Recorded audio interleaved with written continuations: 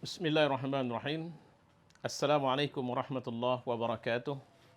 Innal hamdalillahi wassalatu wassalamu ala nabiyyina wa habibina wa qudwatina Muhammad wa ala alihi wa sahbihi ajma'in. Qala Allah fil Qur'an, a'udzu billahi minasy syaithanir rajim. Bismillahirrahmanirrahim. Wa adzim fin nasi bil hajj ya'tuka rijalan wa ala kulli dhamirin ya'tina min kulli fajjin 'amiq. Shadaqallahu wa sadaqa rasuluhu wa ba'du.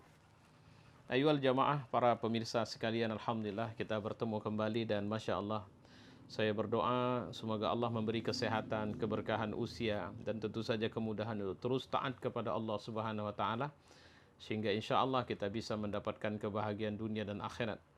Dan doakan saya semoga Allah memberikan karunia istiqamah, taat, ikhlas, tulus, dan terus dapat menyebarluaskan manfaat ilmu yang Allah sudah berikan kepada saya, sehingga ini bisa menjadi amal jariah khususnya di saat saya sudah tidak ada. Insya Allah masih banyak orang yang bisa mendengarkan tausiah ini dan mengambil manfaat dan jadi amal saleh bagi saya.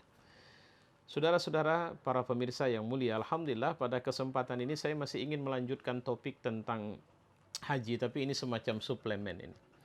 Dan ini saya khususkan kepada saudara-saudara yang sudah melaksanakan ibadah haji atau sedang berada di tanah suci dalam rangka melaksanakan ibadah haji. Saya berdoa kepada Allah, semoga Allah memberikan keberkahan pada usia kalian. Semoga Allah menjadikan ibadah haji kalian mabrur nantinya. Semoga Allah menjadikan kalian semakin baik pasca melaksanakan ibadah haji ini. Nah, persoalannya sekarang, apakah semudah doa itu realisasinya bisa muncul? Di episode yang terakhir saya sudah mengatakan bahwa indikator mabrurnya haji seseorang itu ada dua. Pertama, takwanya kepada Allah meningkat. Yang kedua, husnul khuluq. Dia semakin memiliki akhlakul karimah. Mungkin saudara-saudara masih ingat ketika saya mengatakan, jika indikatornya adalah semakin rajin ke masjid, jika indikatornya adalah semakin banyak tahajud, semakin banyak infak, semakin banyak baca Quran, ini belum menjadi indikator mabrur. Tolong mohon maaf saya, ya, karena terus terang, untuk sekedar bisa melakukan itu semua, nah, saya sering mengatakan bahwa ini event 2024 sudah mulai dekat. Orang-orang yang rajin sholat tahajud, orang-orang yang rajin ke masjid dalam berjamaah, orang-orang yang rajin berinfak, orang-orang yang rajin baca Quran bisa kalah sama caleg nanti. Kenapa? Karena para caleg juga berburu untuk mendatangi masjid, untuk mendatangi para alim ulama, untuk kemudian melaksanakan tahajud dan macam-macam. Nah, sebenarnya indikator itu, walaupun saya tidak mengatakan atau menafikan bahwa itu juga bahagian dari tanda kemabruran, tapi yang pasti dia didasari oleh ketakwaan. Takwa menjadi semacam sumber mata air utama yang melahirkan amal soleh itu. Dan amal soleh itu tidak boleh sekedar berhenti pada amal soleh. Dia harus melanjut pada munculnya akhlak. Dan akhlak yang dimaksud di sini adalah akhlak dia kepada Allah, ditandai dengan keikhlasannya, akhlak dia kepada sesama manusia, dan itu ditandai dengan semakin baiknya, semakin simpatinya orang kepada dia. Karena dia selalu melahirkan manfaat yang banyak di tengah orang-orang itu. Saudara-saudaraku yang mulia, pada kesempatan ini saya ingin mengajak Anda dan siapapun termasuk saya, jika kita sudah menetapkan diri untuk berangkat haji, bagaimana cara supaya akhirnya Allah memberikan kemudahan, kekuatan, agar akhirnya kita bisa menjadi haji yang mabrur ini? Saya mengatakan, berangkatlah. Berangkatlah ke tanah suci, seperti Ibrahim mengantarkan istrinya Hajar dan anaknya Ismail ke tanah suci. Berangkatlah, lakukan perjalananmu, dan apresiasilah, dan renungilah, dan napaktilasilah spirit utama dari perjalanan seorang Ibrahim alaihissalam ke tanah suci. Kenapa harus Ibrahim? Jawabannya karena pelaksanaan ibadah haji itu ritualnya di tanah haram Makkah. Sementara yang pertama sekali membangun manasik itu, bahkan membangun binaan Ka'bah, itu adalah Nabi Allah Ibrahim. Orang pertama yang melakukan perjalanan sampai ke tanah itu, walaupun nanti ada perselisihan dalam penjelasan sejarah, bahwa diceritakan Nabi Adam sebenarnya pun adalah orang yang pertama membangun asas Ka'bah Allah ini, ya, rumah Allah ini, atau kiblat sucinya umat Islam ini. Tapi orang yang pertama membangunkan rumah Allah, yang mengangkat asas atau meninggikan dasar-dasar daripada pondasi utama Ka'bah, tidak ada perbedaan pendapat, itulah Nabi Allah Ibrahim alaihissalam. Persoalannya sekarang, pada waktu dia datang ke sana, Makkatul Mukarramah tidak seperti yang Anda datangi sekarang ini. Tidak seperti yang sudah kita pernah datangi kemarin. Satu tempat di mana Masjidil Haram dengan kemegahannya. Satu tempat di mana gedung-gedung menjulang begitu luar biasa banyak. Kota ini terkenal sebagai kota yang juga cukup nyaman. Gedung-gedung menjulangnya, kemudian pokoknya semualah kerapian, kesibukan orang-orang yang datang ke situ dengan satu tujuan, yaitu ibadah, haji atau umroh. Sekarang ya rame. Cuma yang menjadi persoalan, kedatangan Ibrahim ke tempat ini adalah kedatangan ke satu negeri yang semula, saya sering menyebutkan, jangankan manusia, semut saja enggan hidup di situ. Jangankan manusia, nyamuk saja nggak mau bermalam di situ. Kenapa? Ini daerah yang kalau siang kering kerontang, di mana hanya bebatuan demi bebatuan, gunung demi gunung, bukit demi bukit, tidak ada orang di situ. Kenapa tidak ada orang? Nggak ada sumber mata air, sehingga menyebabkan satu yang paling urgen, orang butuh air tapi tidak ada air. Nggak ada. Ibrahim datang ke situ, ke tempat itu. Kenapa dia datang? Atas kemauan sendirikah? Tidak. Nah, ini yang pertama yang harus kita pahami. Datanglah bukan karena kau mau datang ke situ. Datanglah karena memang Allah memanggilmu ke situ. Datanglah hanya karena satu sebab, karena Allah Subhanahu wa taala. Karena kalau bicara keinginan, berapa banyak orang ingin tapi tidak bisa merealisasikan yang dia inginkan. Berapa banyak orang mau tapi tidak bisa mendapatkan apa yang dia mau. Tapi kalau Allah sudah mau, maka walaupun kau tidak berdaya, kau bisa akan memenuhi apa yang Allah mau itu. Karena Allah akan menggerakkanmu. Allah akan memberikan potensi besar. Allah akan membangunkan spiritnya kepadamu. Ini dia. Berangkatlah bukan karena tempat itu nyaman. Berangkatlah bukan karena kau akan bersenang-senang di sana. Berangkatlah bukan karena kau akan bertemu dengan banyak orang di sana. Tapi berangkatlah karena Allah memerintahkanmu berangkat ke sana. Karena Allah memilihmu untuk berangkat ke sana. Berbahagialah kalian yang sekarang ini sedang berada di tanah suci. Yang kalian sedang menyiapkan diri untuk bisa melaksanakan wukuf, melontar, kemudian tawaf, sa'i, dan segalanya. Sampai kemudian tahallul. Kalian menyempurnakan pelaksanaan manasik ibadah haji itu. Masya Allah. Cobalah ketahui, syukurilah nikmat ini. Karena dari miliaran penduduk bumi yang muslim, kalian terpilih salah satunya dari hanya sekian persen yang tidak berarti. Kalau kita bilang 3 juta sampai 4 juta atau 5 juta orang berangkat, umat Islam di muka bumi sekarang ada miliaran. Di Indonesia ada 200-an juta, yang berangkat cuma 200-an ribu orang.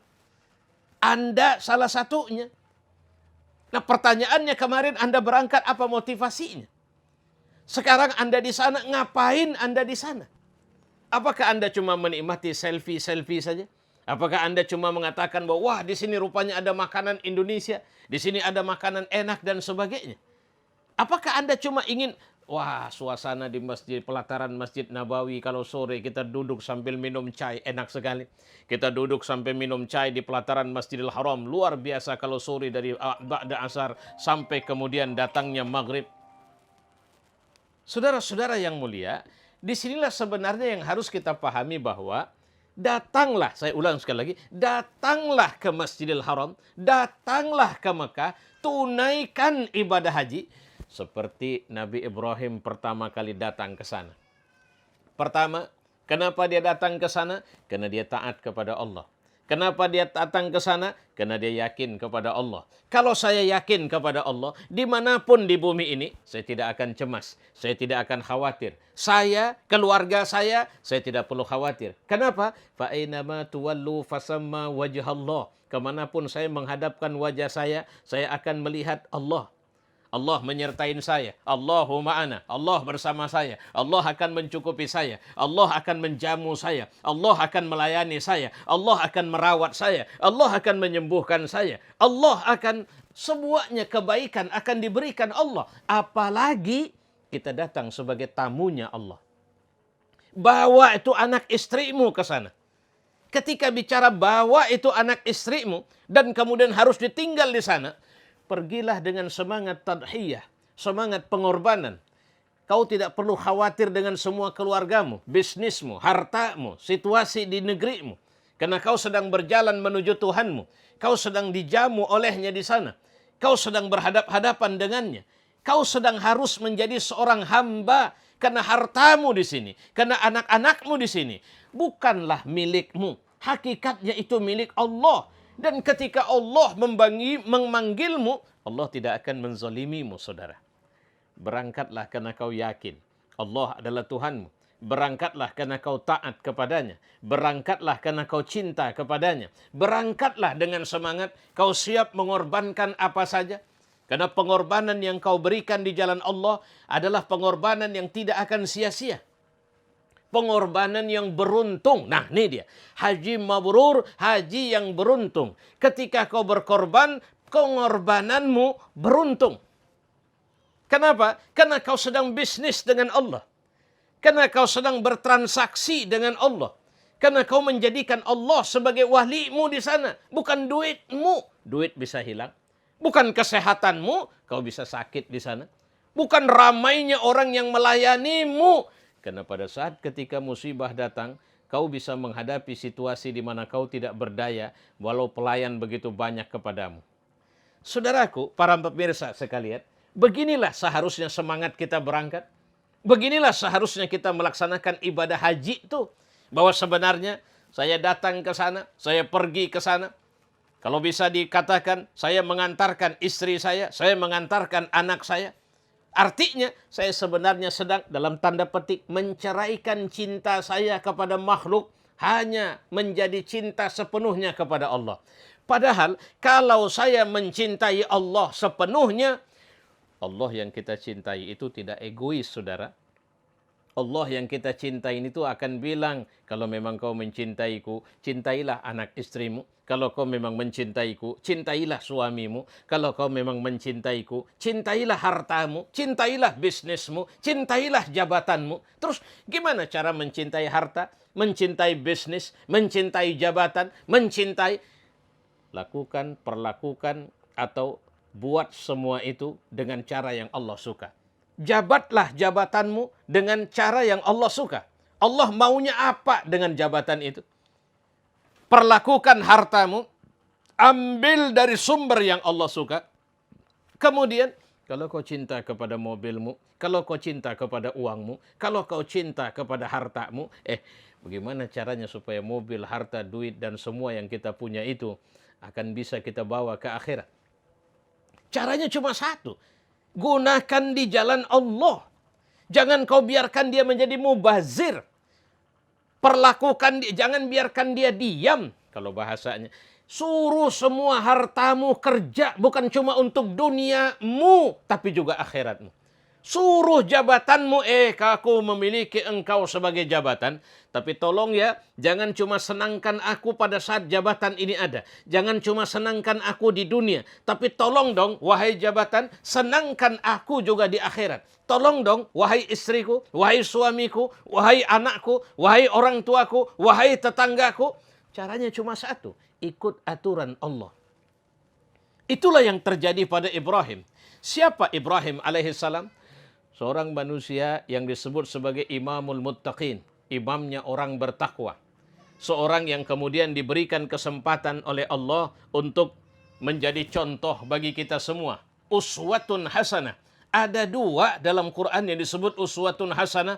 Yang pertama Rasulullah SAW. Yang kedua Nabi Ibrahim alaihissalam. Saudara-saudaraku yang mulia, semoga Allah memberikan kebaikan yang banyak kepada kita. Semoga siapapun yang sudah berangkat, yang sekarang di sana, bisa tajdidun niat. Berangkatlah dengan keyakinanmu kepada Allah yang tinggi. Berangkatlah dengan ketulusanmu. Berangkatlah dengan kesiapan taat kepada Allah subhanahu wa ta'ala.